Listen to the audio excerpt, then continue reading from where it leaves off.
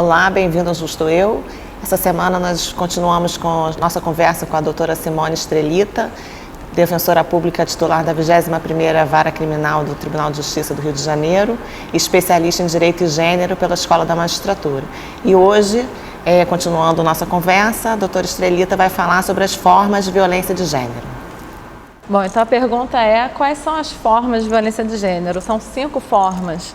E elas se esgotam, são essas 5 ou existem ainda formas? Eu acho que a criatividade humana para a violência vai além, não é?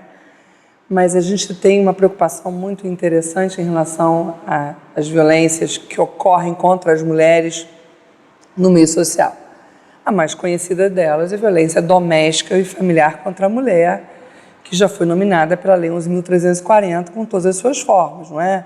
A violência física, a violência psicológica, a violência sexual, que não se limita à questão de estupro, mas, por exemplo, quando a Lei Maria da Penha ela diz quando eu impeço a mulher de utilizar métodos anticontraceptivos, quando eu forço essa mulher ao casamento, quando eu anulo os seus direitos sexuais. Ela entende isso como violência sexual. Então, a violência patrimonial, quando eu retiro da mulher os bens essenciais à sua sobrevivência, não é?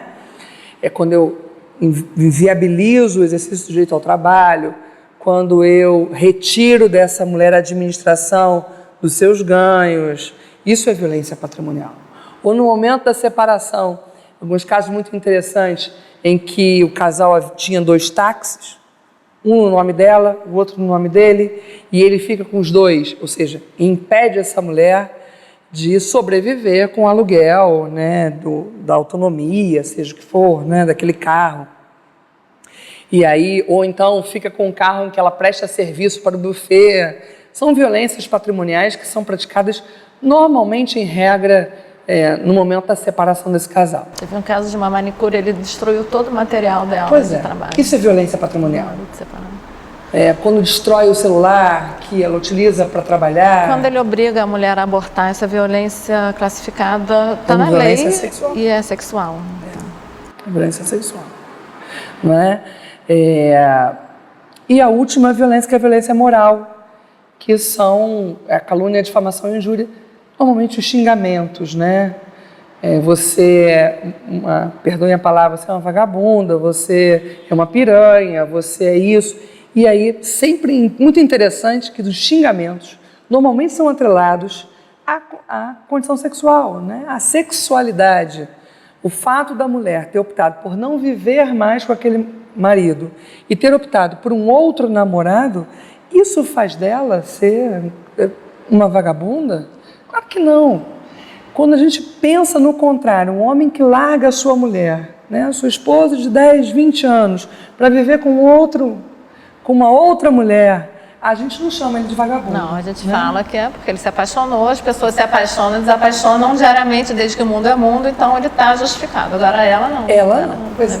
Agora, a violência moral também é a pressão psicológica, né? E a diminuição do outro. Essa diminuição do outro, a lei vai tratar na violência psicológica. Mas eu acho, Mirella, eu acho importante você falar isso, porque a violência psicológica, na realidade, ela dá as mãos para a violência moral. Porque eu rebaixo uma mulher, eu diminuo a autoestima dessa mulher através de xingamentos. Você não serve enquanto mãe. Que mulher é essa? Você não serve enquanto esposa. Você não serve para nada. Você, a advogada? Qual cliente que você vai conseguir? Você nunca vai se formar, você nunca vai arrumar um emprego. Não, tem é essas importante coisas. o seguinte, que essa violência psicológica ou moral, não sei exatamente que contexto que a gente vai classificar, ela é exercida por parte de uma pessoa que conhece as fraquezas dessa mulher, porque ele conviveu com ela, então ele sabe exatamente o que ele vai falar para ela que vai atingir, porque de repente se alguém chega para mim e fala, você é feia, não tô ligando para isso, você é injusta, você é, né, uma péssima profissional, isso me abala. Então quem convive com essa mulher é que vai saber aonde que vai doer nela. E essa violência, ela é invisível, ela não deixa marca. Então, até para o juiz analisar, ou naquele contexto ali judicial, onde é que está a violência? Você tem que saber, você tem que estar ligado a todas as formas de violência para poder constatar, porque um hematoma fica ali. Então, o juiz vai olhar, tem um hematoma. Agora, a violência psicológica e a moral são... Eu não gosto muito quando as pessoas dizem que a violência psicológica não está tipificada. Ela está. A violência psicológica, a ameaça, a Maria da Penha nomina como violência psicológica.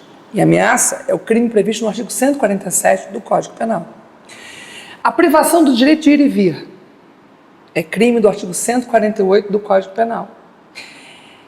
Vou exemplificar. O marido impedia a sua mulher, por ciúmes excessivos, amarrava a sua mulher todos os dias na sua casa e colocava um tapa-boca para que essa mulher não gritasse. Um certo dia... Aqui? Na verdade, em Santa Cruz, na regional de Santa Cruz. Um belo dia, esse tapa-boca não ficou muito bem preso e essa mulher conseguiu gritar e chamou, pediu ajuda dos vizinhos. E esses vizinhos vieram. E aí os vizinhos chamaram a polícia. Quando o marido retornou ao trabalho, ele foi preso em flagrante pelo crime de sequestro, que a Maria da Penha chama de violência psicológica.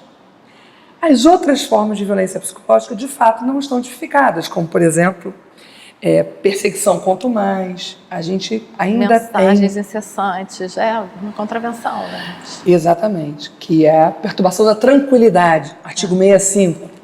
Mas essa perseguição quanto mais, eu lembro de um caso, imagine isso, olha que situação que essa mulher viveu.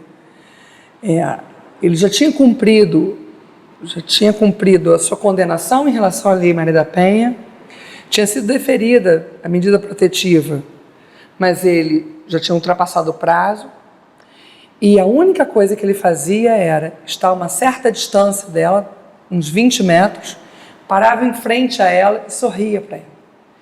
Todos os dias, esse sujeito aparecia na frente dessa mulher sorrindo. Parece uma assombração. Uma assombração. É o perseguidor. Essa perseguição ainda não está tipificada. Na verdade, a gente precisaria. E talvez hoje a gente tenha uma aceitação maior quando a gente percebeu o movimento do Poder Judiciário no sentido de possibilitar que se requeira no juizado de violência doméstica e familiar contra a mulher medidas protetivas que não são atreladas ao inquérito criminal. Então, talvez a saída seja possibilitar que essa mulher, que tenha esse perseguidor quanto mais, entre com pedido de medida protetiva para impedir que esse sujeito respeite uma distância de 250 metros. A ideia dessa mulher conseguir viver e respirar novamente. É essa preocupação. Então, são formas de violência de gênero trazidas no âmbito da Lei Maria da Penha que estão sendo sinalizadas até hoje. E que a gente vai buscar essa efetividade. E é claro, eu acho que a sensibilidade dos operadores do direito seria a condição sine qua non para essa transformação. Para a gente acolher de fato essa mulher e proteger. A ideia não é de proteger quem quer abusar da lei. Porque a ideia, como você já falou, o índice é muito pequeno, né, de alguém que usa a lei de uma maneira errada. O grosso da Lei Maria da Penha, as estatísticas demonstram que a mulher é muito mais vítima de violência de gênero, muito mais vítima de discriminação de gênero do que o homem. Eu lembro de uma estagiária que disse uma certa vez para um fotógrafo que disse assim: nenhum homem morre porque é homem, mas uma mulher morre porque é mulher. Então é esse cuidado que a gente tem que ter, a gente tem que antever essa história. Mas fora da Lei Maria da Penha, a gente também tem violência de gênero. A gente tem uma forma de violência que é conhecida como violência obstétrica. A violência obstétrica seria todas as formas de violência praticadas contra a mulher no período gestacional. Seja em relação à violência do Estado contra a mulher, por exemplo, quando não oferece a preparação adequada para o parto, não é? Quando não oferece condições de saúde e maternidades adequadas para que essa mulher possa ter o seu filho. Durante o parto, os erros de diagnóstico que são advindos de um preconceito contra essa mulher. Na hora do parto, para que grita? Por que está gritando na hora de ter o seu filho?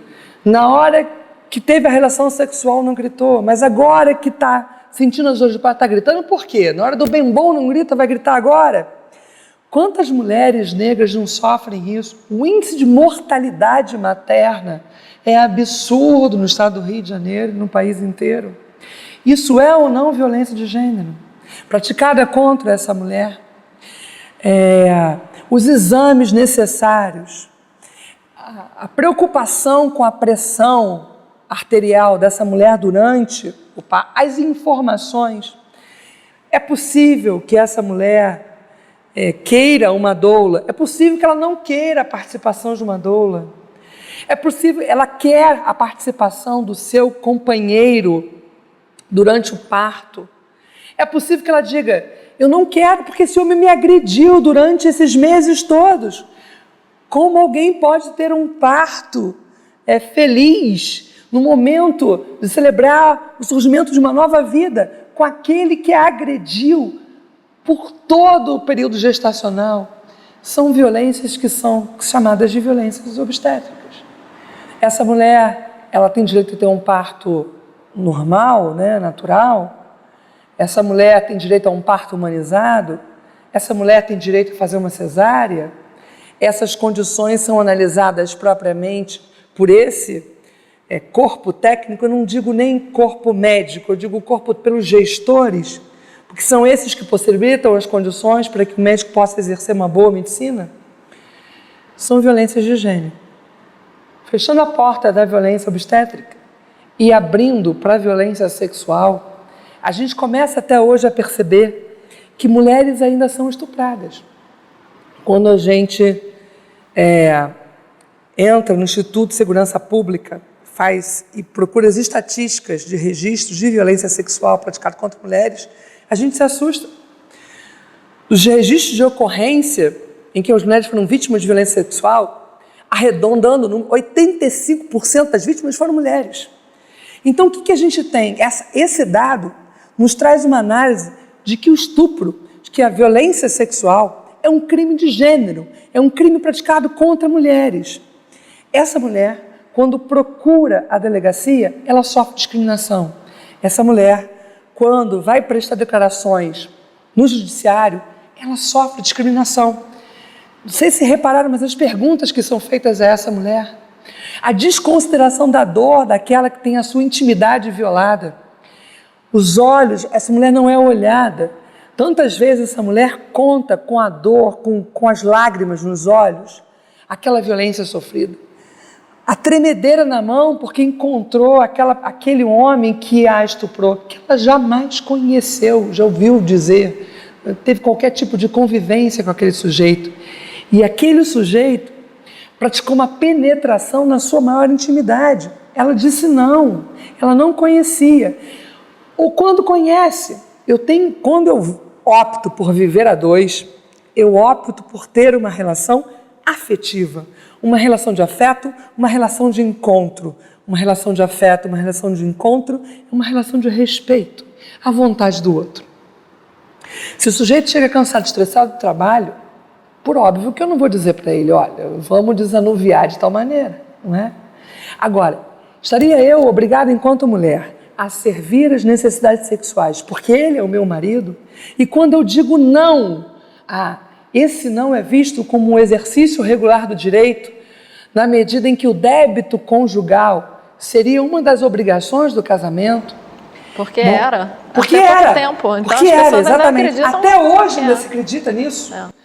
E aí, aquilo que era um encontro de afeto passou a ser um encontro de violência.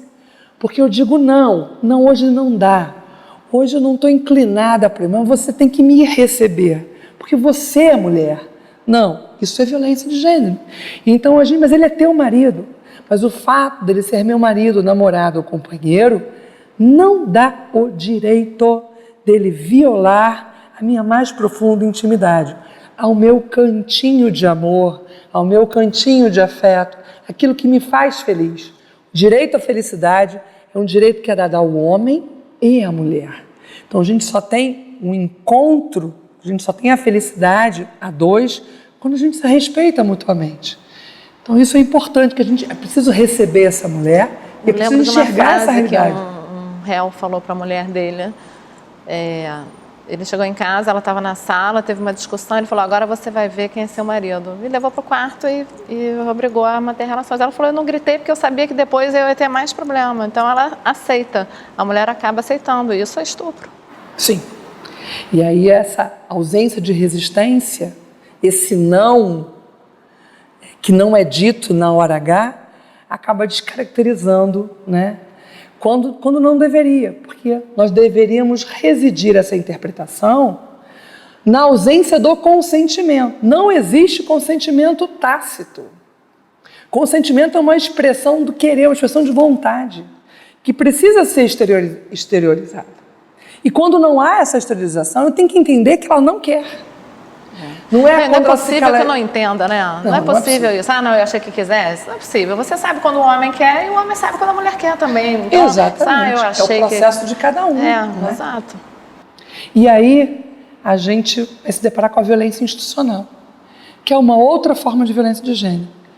Aquelas instituições que são criadas para proteger a mulher acabam violando os direitos. E aí a gente tem todas as instituições praticando esse tipo de violência. Quando eu falo da minha para não ser antiética. Quando a Defensoria Pública, por exemplo, os defensores públicos não acolhem a memória da dor dessa mulher, seja através da escrita das suas petições, seja buscando uma medida adequada à sua necessidade, a gente está praticando violência institucional.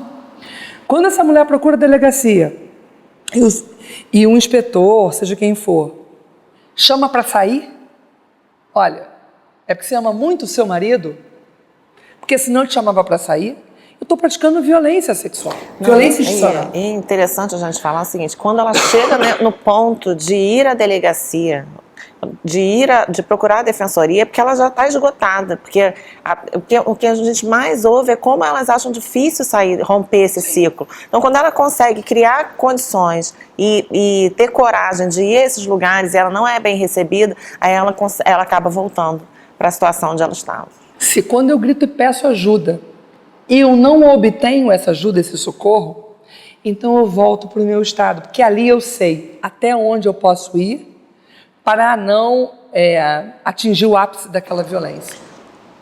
Posso fazer uma pergunta? Eu achava também que violência institucional seriam aquelas formas de violência onde as instituições se omitem na defesa dos direitos das mulheres em geral. Isso também existe. É essa violência institucional. Por exemplo, as escolas que não dão aula sobre violência de gênero. Perfeito. O Poder Judiciário, quando ele não permite o acesso das magistradas a algumas situações. Isso é violência institucional. Porque quando eu não possibilito o acesso à mulher a determinados cargos, eu tenho violência institucional. Essa omissão do Estado em relação ao acolhimento das demandas femininas é uma violência institucional. Então, essa violência institucional ela pode ser praticada através de uma ação, como também através de uma omissão. Então, é perfeita essa análise, não é?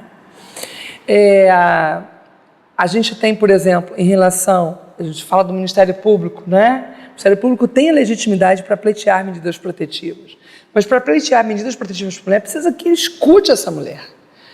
Quando eu me reservo a um determinado espaço e não escuto a voz dessa mulher, não tenho legitimidade, eu perco a legitimidade para lidar com a vítima mulher. Quando essa mulher, nas audiências, ela quer esquecer aquele fato. Qual é a realidade? A gente tem um grave problema. As medidas protetivas são deferidas de imediato na situação de risco. Mas a ação penal, muitas vezes, se não houver o flagrante, demora muito tempo. 2 anos depois, o conflito já se apaziguou, ela já está com outro cara, ele já está com outra mulher, e os filhos do casal, e aquele processo volta, trazendo toda aquela memória de dor novamente. E ela, na sala de audiência, ela quer esquecer aquele fato.